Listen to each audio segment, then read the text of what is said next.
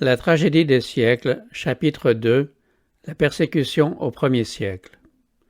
En révélant à ses disciples le sort de Jérusalem et les scènes de la seconde venue, Jésus avait aussi prédit les difficultés qu'ils allaient devoir affronter, depuis le jour où il leur serait enlevé jusqu'à celui de son retour en puissance et en gloire. Du haut de la colline des Oliviers, le Sauveur voyait venir l'orage qui allait fondre sur l'Église apostolique. Pénétrant plus profondément dans l'avenir, il contemplait les tempêtes cruelles et dévastatrices qui s'abattraient sur ses disciples pendant des siècles de ténèbres et de persécutions. En quelques phrases succinctes mais d'une signification terrible, il prédit l'attitude hostile des grands de la terre à l'égard de son Église. Ses disciples étaient appelés à suivre le sentier semé d'humiliation, d'opprobre et de souffrance que leur maître avait foulé. L'inimitié qui avait éclaté contre le Rédempteur du monde allait se déchaîner aussi contre tous ceux qui croiraient en son nom. L'histoire de la primitive Église témoigne de l'accomplissement des paroles du Sauveur et montre les puissances de la terre et de l'enfer liguées contre Jésus-Christ dans la personne de ses saints. Le paganisme, prévoyant que, si l'Évangile triomphait, ses temples et ses autels seraient renversés, se disposa à détruire le christianisme. Les feux de la persécution s'allumèrent. Les chrétiens, dépouillés de leurs biens et chassés de leur demeure, soutinrent un grand combat au milieu des souffrances. Ils furent appelés à endurer les moqueries et le fouet, les chaînes et la prison. Une multitude d'entre eux scellèrent leur témoignage de leur sang. Nobles et esclaves, riches et pauvres, savants et ignorants, furent égorgés sans miséricorde. Ces persécutions, dont l'ère s'ouvre sous Néron, vers le temps du martyre de saint Paul, se poursuivirent avec plus ou moins d'intensité pendant des siècles. Les chrétiens étaient rendus responsables des crimes les plus odieux et considérés comme étant la cause des grandes calamités, telles que les famines, les pestes et les tremblements de terre. Alors qu'ils étaient devenus les objets de la suspicion et de la haine publique, de faux témoins, toujours prêts, pour un prix honteux, à dénoncer des innocents, s'élevèrent contre eux.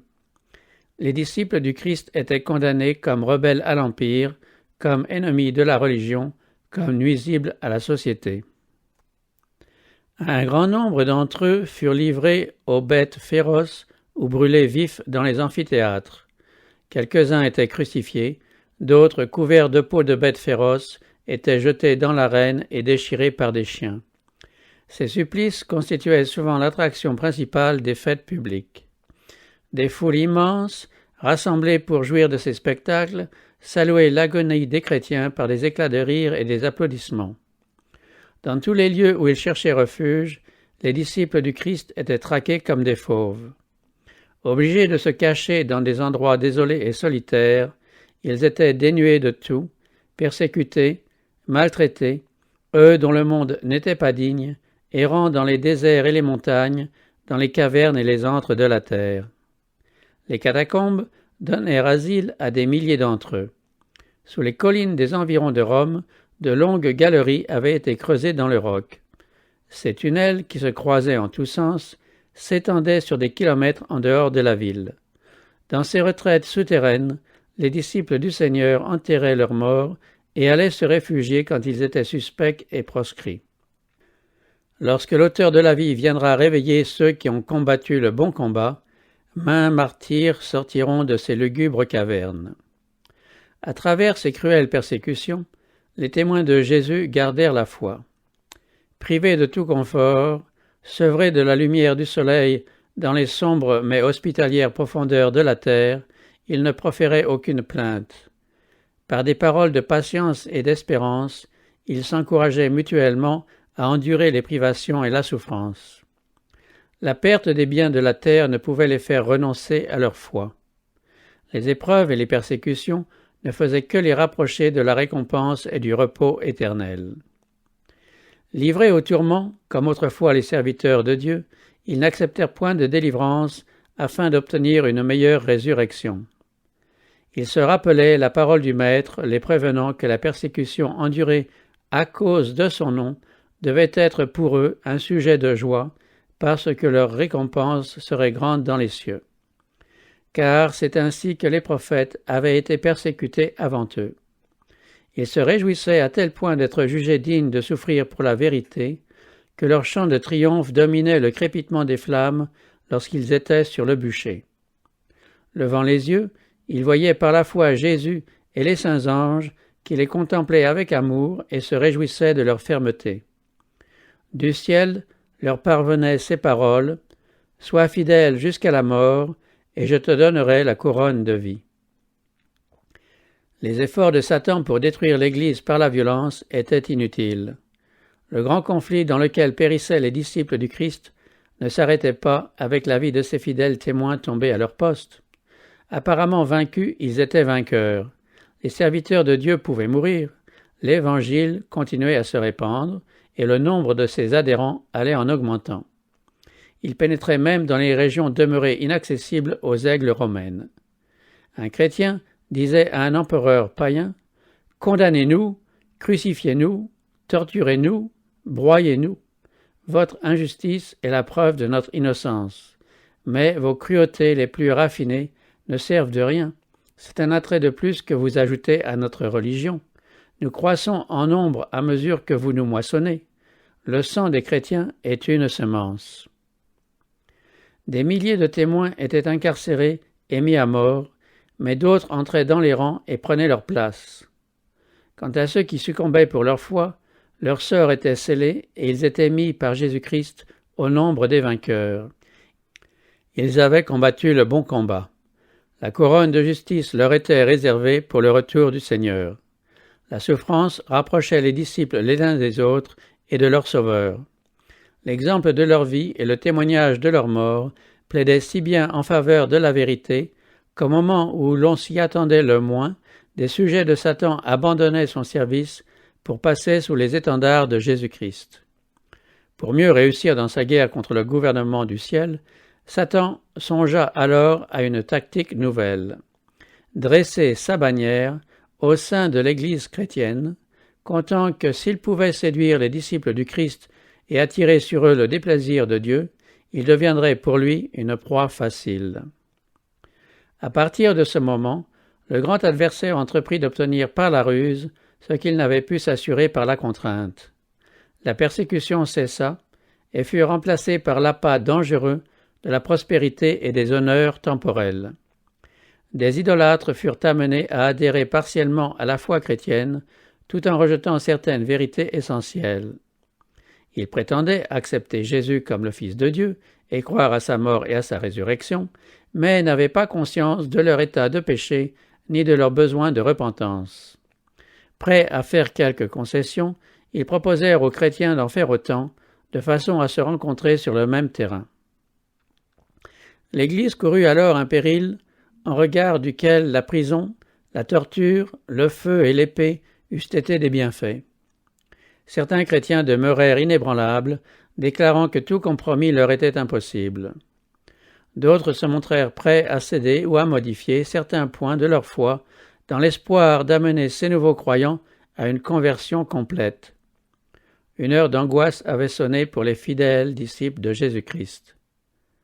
Sous le manteau du christianisme, Satan lui-même pénétrait dans l'Église pour la corrompre en détournant les esprits de la parole de vérité. La plupart des chrétiens consentirent finalement à sacrifier la pureté de leur foi. Un accord fut conclu entre le christianisme et le paganisme. Les idolâtres se donnèrent pour convertis et membres de l'Église, tout en demeurant attachés à leur divinité et en se bornant à remplacer les objets de leur culte par les images de Jésus, de Marie et des saints. Le levain de l'idolâtrie ainsi introduit dans l'Église y poursuivit son œuvre néfaste. De fausses doctrines, des rites superstitieux et des cérémonies païennes se glissèrent dans le credo et dans le culte chrétien. L'union des fidèles et des idolâtres corrompit le christianisme et l'Église perdit sa pureté et sa puissance. Les disciples du Christ ont toujours été partagés en deux catégories. Ceux qui étudient avec soin la vie du Sauveur, s'efforçant de se corriger de leurs défauts et de se conformer au vrai modèle, et ceux qui ferment les yeux sur les vérités simples et claires qui dévoilent leurs erreurs. Aux jours les meilleurs, l'Église n'a pas été composée uniquement de membres sincères et intègres. Le Sauveur avait enseigné que les gens vivant sciemment dans le péché ne devaient pas être reçus dans l'Église. Néanmoins, il s'associa à des hommes imparfaits auxquels il donna l'occasion, grâce à son exemple et à ses enseignements, de voir leurs erreurs et de s'en corriger. En dépit de ses défauts, Judas fut accueilli au nombre des 12 apôtres. Jésus voulait lui révéler ce qui constitue le caractère chrétien, lui montrer ses erreurs et l'amener, avec le secours de la grâce divine, à purifier son âme en obéissant à la vérité. Mais au lieu de marcher dans la lumière qui brillait miséricordieusement sur son sentier, Judas se livrait au péché et s'exposait aux tentations de Satan. Ses défauts prirent de l'ascendant. Livrant son esprit à la puissance des ténèbres, s'irritant quand il était repris, il en vint à commettre le crime affreux de trahir son maître. C'est aussi de cette manière que, tout en professant la piété, plusieurs caressent quelques péchés et en viennent à haïr ceux qui troublent leur paix en dénonçant leurs fautes. Dès qu'ils en auront l'occasion, comme Judas, ils trahiront ceux qui ont osé les reprendre pour leur bien. Les apôtres rencontrèrent dans l'Église des personnes qui, tout en professant la piété, pratiquaient l'iniquité. Ananias et Saphira prétendaient tout sacrifier pour Dieu, alors qu'ils gardaient égoïstement pour eux une partie de leurs biens. L'Esprit de vérité révéla aux apôtres le caractère réel de ces faux chrétiens, et les jugements divins purifièrent l'Église d'une souillure. Cette preuve éclatante de la présence dans l'Église d'un esprit scrutateur et divin frappa de terreur les hypocrites. Ils se séparèrent des croyants dont la vie était conforme à celle de Jésus. Ceux qui étaient disposés à tout sacrifier pour la vérité voulurent être disciples du Christ. Ainsi, l'Église demeura relativement pure tant que dura la persécution. Mais lorsque les difficultés prirent fin, des convertis moins sincères et moins fervents s'introduisirent dans la communauté chrétienne et Satan put y prendre pied. Mais il n'y a pas d'accord possible entre le prince de la lumière et celui des ténèbres, et il ne saurait y en avoir entre leurs disciples. Quand les chrétiens consentirent à s'unir aux païens à moitié convertis, ils entrèrent dans une voie qui devait les entraîner de plus en plus loin de la vérité. Satan se réjouit d'être parvenu à séduire une aussi forte proportion des disciples de Jésus. Et, son ascendant sur leur esprit augmentant, il les incita à persécuter ceux qui demeuraient fidèles. Nul ne savait mieux combattre la vérité que ceux qui en avaient été précédemment les défenseurs. Aussi, ces chrétiens apostats, joignant leurs efforts à ceux des demi-païens, s'acharnèrent-ils contre les vérités chrétiennes essentielles. Ceux qui voulaient demeurer fidèles durent soutenir une lutte désespérée pour résister aux séductions et aux abominations qui, sous le déguisement de vêtements sacerdotaux, avaient pénétré dans l'Église. Les Saintes Écritures n'étant plus reconnues en tant que norme de la vérité, la doctrine de la liberté de conscience fut dénoncée comme une hérésie et ses défenseurs furent haïs et proscrits. Après un conflit long et opiniâtre, les quelques chrétiens restés fidèles décidèrent de rompre avec l'Église apostate et idolâtre. Se rendant compte que s'ils voulaient se soumettre à la volonté de Dieu, la séparation devenait une nécessité, ils n'osèrent pas tolérer plus longtemps des erreurs qui eussent été fatales à leur âme et eussent mis en danger la foi de leurs descendants. Par amour pour la paix et l'union, ils étaient disposés à faire toutes les concessions compatibles avec leur fidélité envers Dieu. Mais ils estimaient que la paix elle-même serait trop onéreuse s'ils devaient l'acheter au prix de leurs principes. Si l'unité devait être obtenue au détriment de la vérité et de la justice, ils préféraient la dissidence et même la guerre. Il faudrait, pour le plus grand bien de l'Église et du monde, ressusciter dans le cœur du peuple de Dieu les principes qui animaient ces âmes intrépides.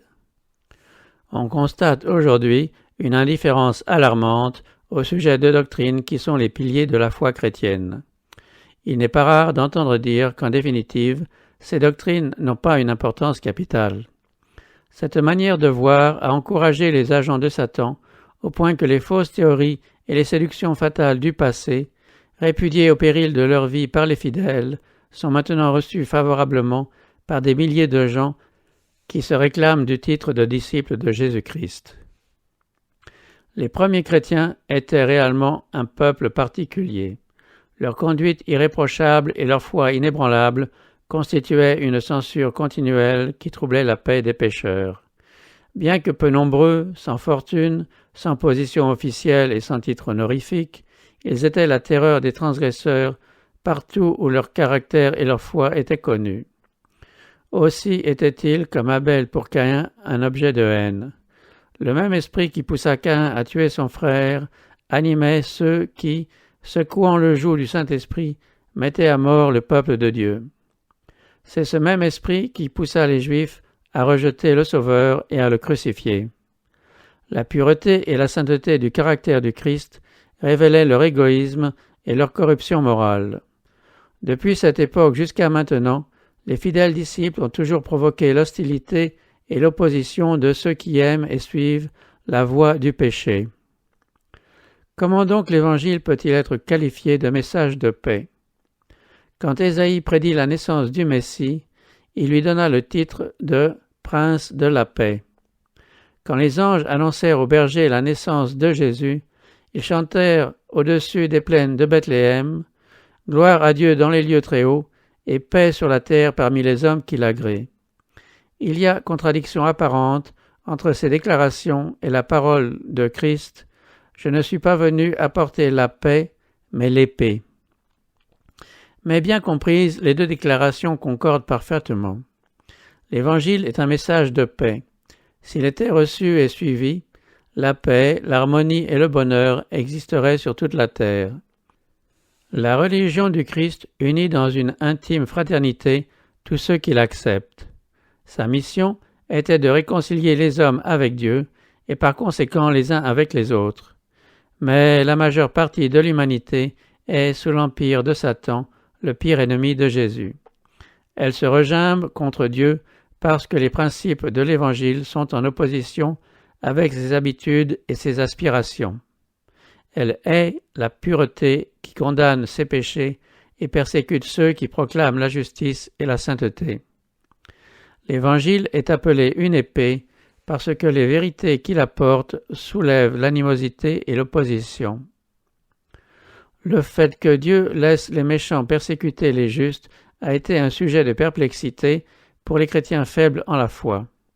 Certains même sont tentés d'abandonner leur confiance en Dieu, qui permet que les méchants prospèrent et que les justes soient victimes de leur despotisme. Comment un être juste et miséricordieux, dont la puissance est infinie, peut-il tolérer pareille injustice, pareille oppression? Cette question ne doit pas nous préoccuper. Dieu nous a donné des preuves suffisantes de son amour. Et même si nous ne comprenons pas ses voies, nous n'avons aucune raison de douter de sa bonté. Prévoyant les tentations auxquelles ses disciples seraient en but au jour d'épreuves et de ténèbres, le Sauveur leur disait « Souvenez-vous de la parole que je vous ai dite. Le serviteur n'est pas plus grand que son maître. S'ils m'ont persécuté, ils vous persécuteront aussi. » La cruauté des méchants a causé à Jésus infiniment plus de souffrance qu'à ses disciples. Ceux qui sont appelés à subir le martyre ou la torture ne font que marcher sur les traces du Fils de Dieu. Le Seigneur ne tarde pas dans l'accomplissement de la promesse. Il n'oublie ni ne néglige ses enfants, mais il permet aux méchants de se démasquer, afin qu'aucun de ceux qui désirent faire sa volonté ne se méprenne à leur sujet. D'autre part, si les justes passent par la fournaise de l'affliction, c'est pour s'y purifier. C'est pour que leur exemple convainque le monde de la réalité de la foi et de la piété, et pour que leur conduite édifiante condamne les impies et les incrédules. Dieu permet aux méchants de prospérer et de manifester leur inimitié contre lui, afin que chacun reconnaisse, quand ils auront comblé la mesure de leur iniquité, que leur destruction est un acte de justice et de miséricorde. Le jour approche où tous ceux qui ont transgressé sa loi et opprimé son peuple recevront le salaire de leurs œuvres. Où toute cruauté, toute injustice dont les enfants de Dieu auront souffert sera châtiée, comme si elle avait été faite à Jésus-Christ en personne. Mais une autre question plus importante encore devrait retenir aujourd'hui l'attention des églises. L'apôtre Paul déclare que tous ceux qui veulent vivre pieusement en Jésus-Christ seront persécutés. Or, la persécution semble sommeiller. Pourquoi? La seule raison qui puisse être donnée, c'est que l'Église, ayant accepté les maximes du monde, ne provoque plus d'opposition. La religion qui prévaut de nos jours n'est pas caractérisée par la pureté et la sainteté qui distinguaient les chrétiens au temps du Christ et des apôtres. C'est grâce à ces compromis avec le péché, à l'indifférence à l'égard des grandes vérités de la parole de Dieu et à l'absence de piété réelle que le christianisme est apparemment si populaire dans le monde. Que l'Église rentre en possession de la foi et de la puissance des jours apostoliques, alors on verra l'esprit de persécution renaître et les bûchers se rallumer.